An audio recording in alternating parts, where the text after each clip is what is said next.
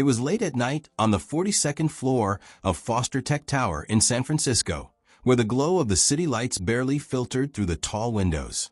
Liam Foster, posing as Emma the cleaner, carefully swept her mop across the shining hallway floor.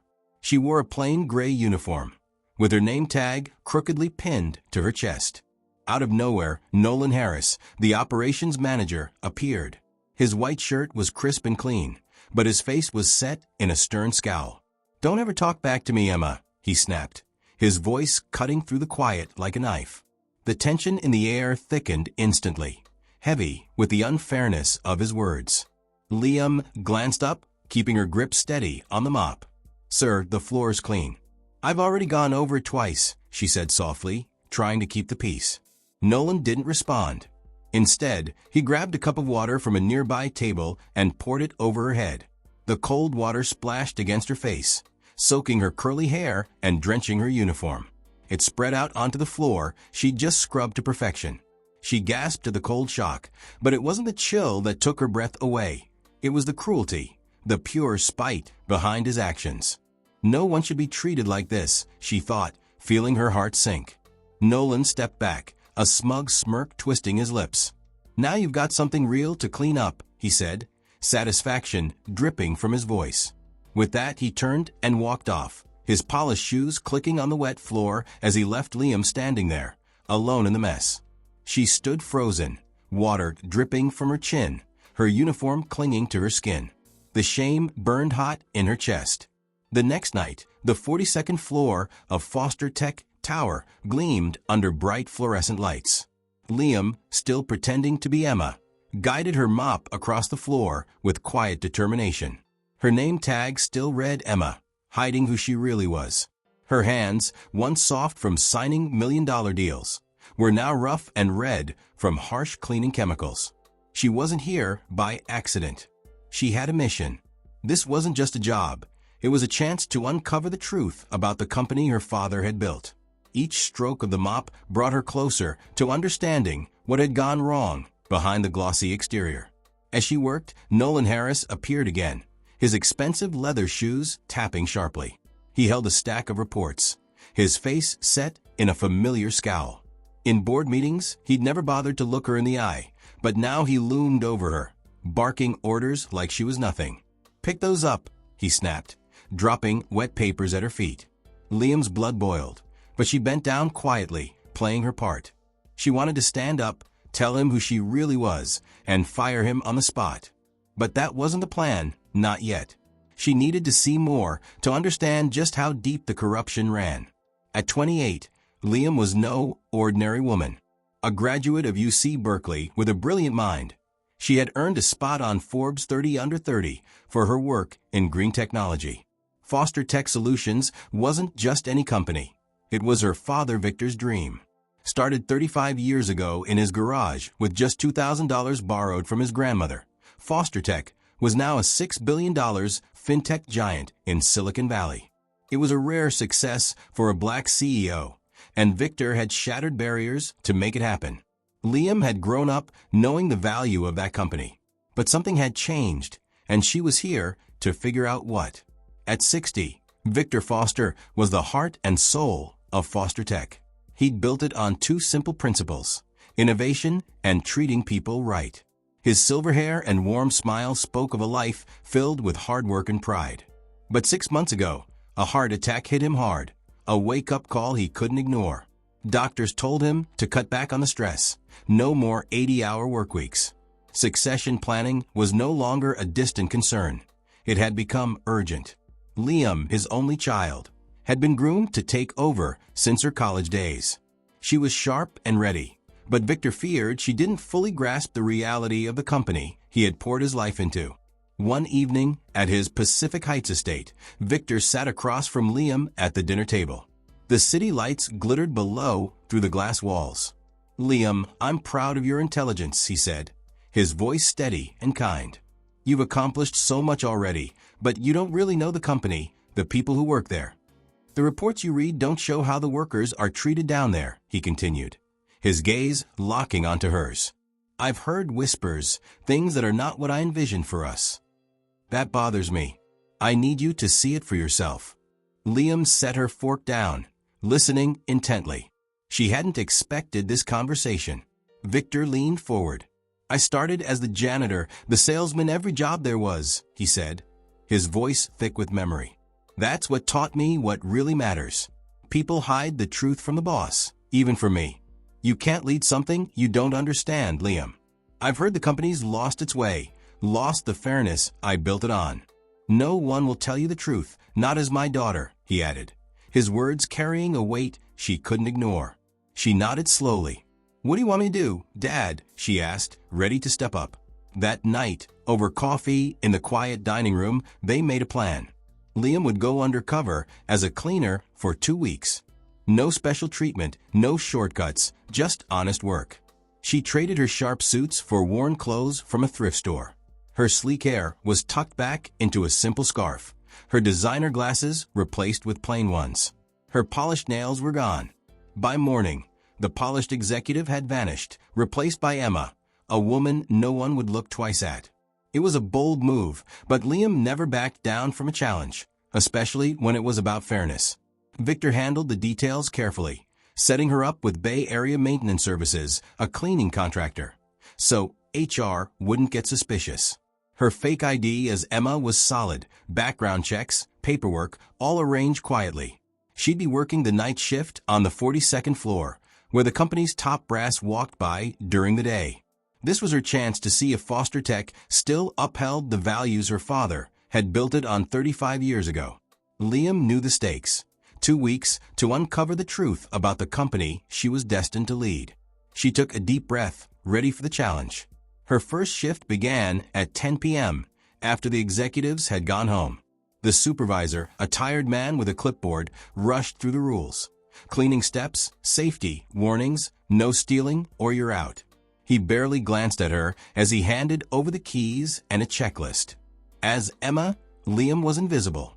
People stepped around her cart without a word, some even bumping into it and just moving on. She'd always commanded respect before, but now she was just a shadow. By the end of her first night, her hands were sore, the new calluses already forming. She could already see the cracks. Some people treated the cleaners like they didn't even matter. By the time Liam reached her second day, she had already adjusted to the grind of the job. Her muscles weren't aching anymore, and her hands had toughened up. She figured out how to mop without overexerting herself, saving her energy for what really mattered. But nothing prepared her for Nolan Harris's cruelty. At 45, he ran his team with an iron fist, obsessed with results, with little regard for the people doing the work. His perfectly pressed shirts and stern demeanor carried a nastiness she hadn't expected to see outside the boardroom. But here, he didn't bother hiding it. She kept a close eye on him, taking in every word, every move. This company wasn't what her father had envisioned. It was colder, more corporate, and she needed to understand why. One day, Nolan came by during a shift, inspecting her work with a sneer. "This is a disgrace," he said, pointing to a barely noticeable smudge above a vent, something no one cleaned every night. "Do it right or don't bother." Then he ordered her whole team to redo the 3rd floor, keeping them 2 hours past their shift, without offering any extra pay. Hannah, one of the other cleaners, spoke up. "Sir, that's for quarterly cleaning, not every night." But Nolan shut her down instantly. "I don't want excuses, just do it." Liam could see the unfairness of it all. He didn't care who he hurt, as long as he could flex his power. Nolan seemed to take a particular interest in Liam. Maybe it was because her quiet strength, though hard to hide, got under his skin. He found fault in everything she did. Windows had streaks only he could see, the carpets needed extra vacuuming, and her cart wasn't neat enough. "Are you even trying?" he'd snap, loud enough for everyone to hear. She kept her head down, replying, "Yes, sir," though each word cut deeper than the last. As Liam Foster, she could have ended him with one phone call. But as Emma, she had to endure it. Still, every insult was adding to the case she was building, revealing the truth Victor had feared. The company had lost its heart. One Thursday night, Liam was cleaning a hallway on her own. Her cart was neatly lined up against the wall, and the floor shone like glass at 11:30 p.m., with most offices dark and empty. She heard Nolan's shoes clicking down the hall, getting closer. He stopped by her cart, eyed her work with a fake frown, and without a word, swung his arm, knocking the cart over. Rags and bottles spilled across the floor with a loud crash. Nolan stepped right through the mess, leaving marks on her freshly cleaned marble. He didn't even glance back, just kept walking with a smug grin, like it was all no big deal. It was a deliberate act of malice. Liam stood there, frozen, staring at the wreck. Her heart raced, not because of the mess, but because of what it represented. This wasn't just poor manners. It was a twisted display of power, a deliberate cruelty with no fear of consequences. She knelt to pick up the scattered supplies, her hands shaking. Tears threatened to spill, but she pushed them down. It was bigger than her now. She thought of her father, who had started as a janitor and built something good from the ground up. These workers deserve better. People like Nolan once did. She wiped the floor again, silently vowing to make things right, no matter what it took. A few days later, Nolan came back, his mood darker than before. "Think you're smart, huh?" he hissed, stepping up as she mopped. Liam stayed quiet, focusing on her work. He planted his foot on the freshly cleaned floor, smearing dirt, then grabbed a cup of water and poured it over her head again. The cold water soaked her instantly, dripping down onto the tiles. "Now fix it," he said, his voice cold and nasty, tossing the empty cup down beside her. Liam's chest tightened with rage. The unfairness wasn't just personal anymore. It was a slap in the face to everything her father had fought for. She'd had enough. Foster, the 42-year-old marketing director, looked the part. Stylish glasses, tailored suits, the air of someone who had it all together. One night, Liam cleaned his office on the 42nd floor, expecting a straightforward task. She started around 10 p.m., figuring it would take her about 20 minutes. But Foster was still there, typing away, and turned to watch her. "This place is a mess," he said, though to her trained eye, it looked perfectly fine. Just a couple of cups and papers on his desk. His tone wasn't helpful, it was critical, as if he enjoyed finding faults. She nodded and started cleaning, already sensing this wouldn't be as easy as she'd hoped. "You're doing it wrong," Foster said as she wiped down the glass table. "Use circles, not lines. Look at those streaks." She redid it, though the table was spotless. Hours later, he inspected again, pointing out flaws that no one else could see. Lint on the carpet, a smudge on a shelf. "Start over," he ordered, smirking as she reluctantly obeyed. Liam's arms were sore, but she kept going, exhausted. It wasn't about being clean, it was a game to him, a way to feel powerful by wearing her down. She saw the cruelty for what it was, another crack in her father's dream. Foster's habits didn't stop there. She learned he'd often leave coffee cups balanced on trash bins, knowing they'd spill when she emptied them. He'd scatter paper clips across freshly vacuumed rugs, then complain about her sloppy work. "Can't you do anything right?" he'd shout, loud enough for others to hear. Liam took note of every petty move he made. He relished the control, the power over someone he thought was beneath him. It wasn't right, not for a company built on fairness. Every time he smirked, her determination grew. She'd make sure he faced the consequences of betraying Foster Tech's values. After Nolan's second water attack, Liam decided to test the system. If Foster Tech cared about dignity, HR should step in. Megan Scott, the HR director in her mid-40s, seemed approachable enough. Her office had a safe space sign and posters with warm smiles. Liam went to see her during lunch, still in her Emma uniform. She sat across from Megan, who offered coffee and gave her a friendly nod. "I need to tell you about something," Liam said plainly, then explained what Nolan had done, the water, the humiliation, everything. Megan listened, her head tilted, showing she was engaged. "We take this seriously," she began, her voice smooth. "Thanks for coming to me." But then her tone changed. "You're just a cleaner, Emma. You need to know your place here. Nolan's strict about standards. Don't take it personally." The words hit Liam hard, like a slap. Megan's smile remained, softening the dismissal, but the message was clear. Workers like Emma didn't matter. "Focus on doing better," Megan added, as if that would make it all right. Liam nodded, thanked her, and walked out. The safe space sign mocked her as she left, proof that the system wasn't protecting the powerless.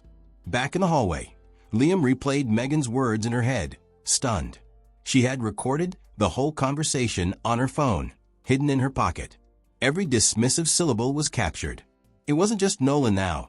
HR was part of the problem, covering for the bullies instead of supporting the workers. Chloe West, the 45-year-old sales VP, was a company legend, tough, successful, a force in every room.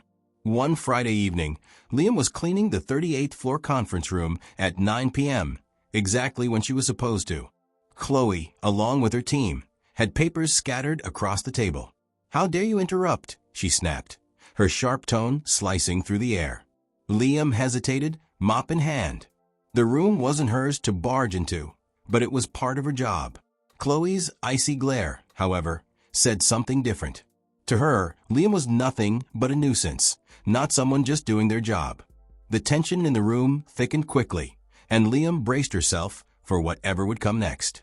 "I'll come back later, ma'am," she said, trying to remain calm, stepping back to avoid escalating things. But Chloe wasn't letting it go. She moved closer, not backing down. "Do I really have to teach you manners, someone who scrubs floors?" Chloe yelled, her voice loud enough for anyone in the hall to hear. Then, without any warning, she slapped Liam across the cheek. The sound echoed, the sting sharp and immediate. "You're nothing here," Chloe hissed, her cold eyes glaring down at her. Liam stumbled, the slap hurting, but it was the shock that hit her harder. No one had the right to hit another person like that, especially not here. The room fell silent. Chloe's team didn't dare look up from their papers, deliberately avoiding Liam's gaze. No one spoke up. No one helped. It was just pure, silent cowardice. Liam's cheek burned, a red mark quickly appearing, but it was the deeper pain that cut the hardest. She wanted to scream, to shout out her name, "I am Liam Foster," and end it all. But she swallowed the urge, clenching her teeth, keeping her composure with all the strength she had. This was it, the moment she realized Foster Tech had lost its way. She muttered a quiet apology and began cleaning, her mind racing. That slap wasn't just about her. It was a symptom of a much deeper rut that she knew she had to fix. She was going to make them all answer for what they'd done.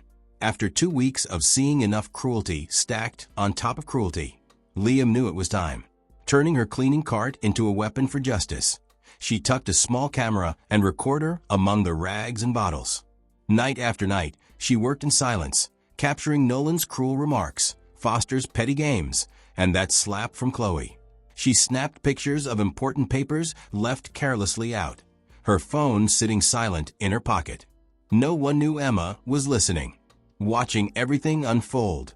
Each photo and recording added to her case, painting a picture of a company that had gone terribly wrong. She wasn't just angry for herself anymore. She was fighting for everyone who had been treated like they didn't matter. The evidence she was collecting was her weapon. The deeper she dug, the worse it got. Nolan, Foster, and Chloe weren't just nasty. They were crooked. She caught their whispers on the recorder. They were skimming money meant for workers' raises, pocketing thousands. The papers she photographed revealed they had leaked company secrets to competitors, all while trying to push Victor out before Liam took over. The evidence was solid, dates, times, even their own voices plotting behind the scenes. It wasn't just personal anymore. This was a betrayal of everything Foster Tech stood for. She had everything she needed: recordings, photos, proof to bring them down. Now, she just had to figure out how to use it. Late one night, Liam sat alone, deep in thought. She could go to Victor quietly, tell him everything, and stop the thieves before it got worse. But that might miss the bigger issue, the deep-rooted corruption in the heart of the company. Going public could shake things up, but she worried about innocent workers getting caught in the mess. She wanted justice, not chaos. The right way forward was bold but fair, and she'd need Victor help to pull it off. This wasn't about revenge. It was about fixing what had broken, making sure no one else had to endure what she had. With a deep breath, she knew the path she had to take, a reckoning that would clean house for good. That Friday night, after her shift ended, Liam slipped into a restroom a few blocks from Foster Tech Tower. She shed her Emma persona, The scarf came off, her curls tumbled free, and slipped on her sharp glasses. In a blazer, she drove to Victor Estate in Pacific Heights, the city lights twinkling beneath her. When Victor opened the door, his face was filled with concern. "You look worn out," he said softly but firmly. "I am," she admitted. "But it's more than just tired." "It's what I found," she continued, carrying a laptop full of proof. She was ready to show him the ugly truth she'd been living with for the past 2 weeks. For hours, they sat in his office as the evidence unfolded. Liam played the recordings. Nolan splashing water on her, Foster's taunts, Chloe's slap echoing through the room. She showed him the stolen funds, the leak plans. With every clip, Victor's face darkened. When he heard Nolan's voice, his jaw clenched. When Chloe's slap came through the speaker, his fists tightened. "They betrayed us," he said quietly, his voice thick with anger. "Everything I built, everything I believed in." He turned to Liam, his pride and fury mixing. "You've done what I couldn't," he added. Liam nodded, knowing this hurt him just as much as it drove her. They spent the night planning. On Monday morning, Victor would call an emergency board meeting. Nolan, Foster, Megan, Chloe, and Aiden Reed, a schemer involved in the theft, would be there, completely clueless. The board would know there was trouble, but not Liam's role in it. She'd stay Emma until the moment was right, cleaning the boardroom and watching them squirm. One more day of cleaning their mess, but it would be worth it. Justice wasn't just about doing the right thing, it had to be seen. As she left, Victor pulled her into a tight hug. "This is your company now," he said, trusting her completely. On Monday morning, as the sunlight hit Foster Tech Tower, Liam arrived in her Emma uniform. She pushed her cart toward the 42nd floor boardroom, dusting off the walnut table before the 10 a.m. meeting. Nolan stormed in, briefcase in hand. "What are you doing here?" he barked. "This has to be perfect for the board." "I'm assigned to it, sir," she replied meekly, playing her part. He sneered. "Make it spotless or you're gone. I'll check it myself." Executives trickled in, all confused by the emergency call. Victor arrived last, giving Liam a subtle nod. She kept cleaning, waiting for the right moment. At 10 a.m. sharp, Victor stood up. "We've lost our values," he said gravely. Nolan interrupted. "Get out, Emma. This is private." Liam slowly set her mop down. She pulled off her scarf, letting her curls fall free, then unzipped her uniform to reveal a blazer underneath. "I'm Liam Foster, your new CEO," she declared, her voice clear and strong. The room froze. Jaws dropped as they recognized her. They'd spent years in meetings, but they'd never seen Emma like this. Shock quickly turned to dread on Nolan's face, Foster's, Chloe's. They had been caught, and Liam was holding the proof. Liam clicked a remote, and the screen lit up. The footage of Nolan splashing water on her played. Foster's mocking voice echoed. Chloe's slap came through loud and clear. Security moved in as Liam finished. Nolan begged, 30 years, Victor. "Don't throw me out." Victor stood beside her. "You wasted them hurting people," he said calmly. "This isn't just about you. It's about what you've done to all of us." The board moved fast. Nolan, Foster, Megan, Chloe, and Aiden were fired on the spot, their badges taken away as they were escorted out. The rest of the board members exchanged glances, some scribbling notes, while others simply stared in disbelief. Liam stood tall, making her point clear. This wasn't about getting back at anyone. It was about restoring fairness, keeping the promise she'd made to the workers her father had started with. The meeting wrapped up with plans for change, new rules, better treatment for everyone. One by one, board members approached Liam, some praising her courage, others expressing sympathy for the challenges she'd faced. She stayed composed, nodding along, her thoughts already shifting to the work still ahead. When it was just her and Victor alone in the quiet boardroom, he pulled her into a tight hug. "You've done something big," he said, his voice thick with pride. "I thought you'd learn from this, but in the end, you've taught me.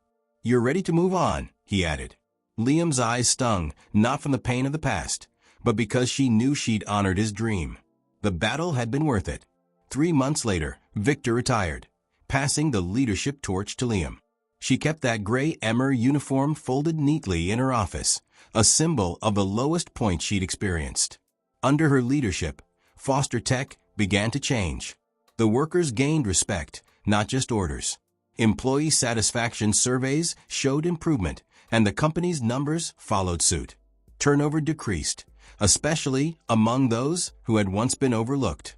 Liam made sure everyone had a voice, whether they were cleaning the floors or sitting in the boardroom.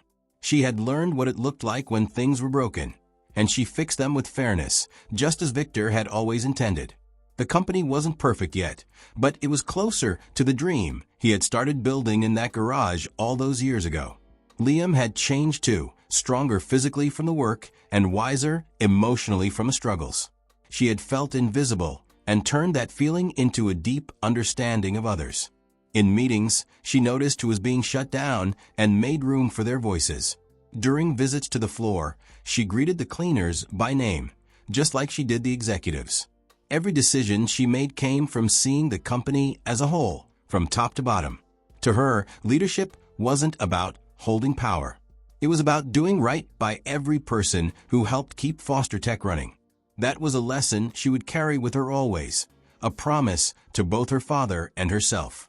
The uniform remained close, a quiet vow to never forget where true strength comes from.